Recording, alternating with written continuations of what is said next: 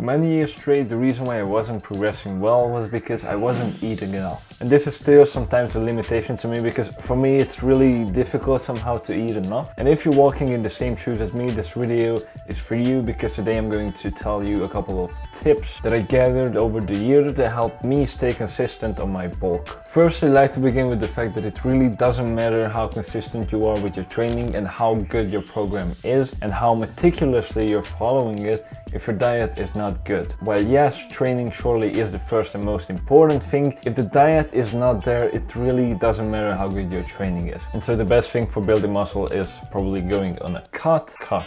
And so the best thing to do to build muscle is to go in a bulk, which means that you should be in a slight calorie surplus, and a lot of people seem to struggle with this, me included. Bulking takes a lot of planning and preparedness, and if you lack that, it all goes to shit. Usually, but not necessarily. Because the first tip is, if you're too lazy to cook or you just didn't have the time to cook for once or something like that, buy meals. At this point, I think it's fairly easy to buy relatively healthy meals that are already prepared, okay? You don't have to go to McDonald's or fucking Burger King or something and get like the most fast foody, like trash shit. You can go to a bakery and buy a sandwich, and like, what does a sandwich have? Bread, meat, cheese, maybe butter or some sort of sauce, vegetables. That's a really solid option. Now obviously this costs more money, but if you care about being jacked and you hate cooking, you just can't be bothered to cook, or you just don't have the time for it, then this is a viable option. Also, in a lot of places, meal prep services are a thing. Not here at least, but in some places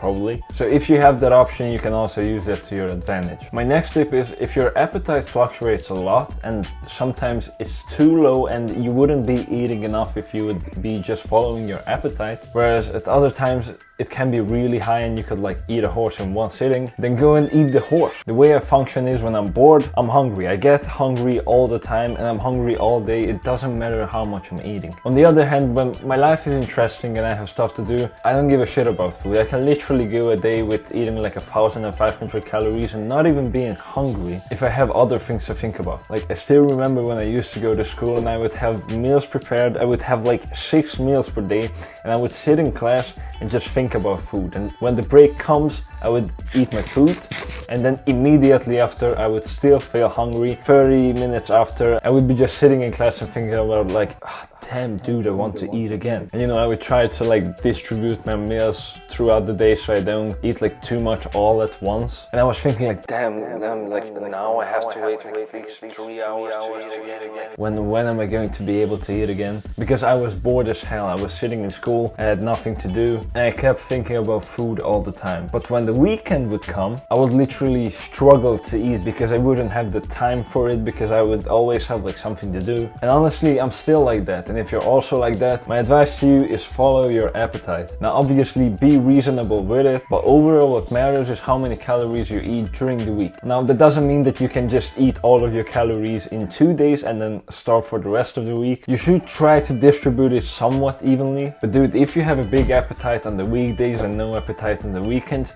use it to your advantage, okay? When you have the appetite, eat, and then it's not gonna be a problem if you eat a little bit less during the weekend. Just make sure that you don't overeat, because if you should eat 3,000 calories a day, but instead of that you eat 4,000 every single weekday, and then on the weekend you eat 2,000 per day, the math doesn't add up. It's way more than you should have eaten. The next tip kind of ties into this one, and it's always have food at home. Okay, if you're at home and you get hungry and you look into the fridge and there's nothing inside, you're doing it wrong. You should always have some healthy food in your house so that when you get hungry, you can actually eat. And my last tip is, pick foods that are easy to make and that are very easy to consume. If you're lazy or you never have enough time, you don't want to like cook for an hour. What you want is to have meals that you can A, make quickly, and B, eat quickly. For example, when it comes to carbs, foods are simply perfect for that. Like, it literally takes half a minute to peel and eat a banana. Buying some healthy cereal and yogurt or milk and some fruits with it is also a perfect option. This literally takes like 1 minute to put together. It takes like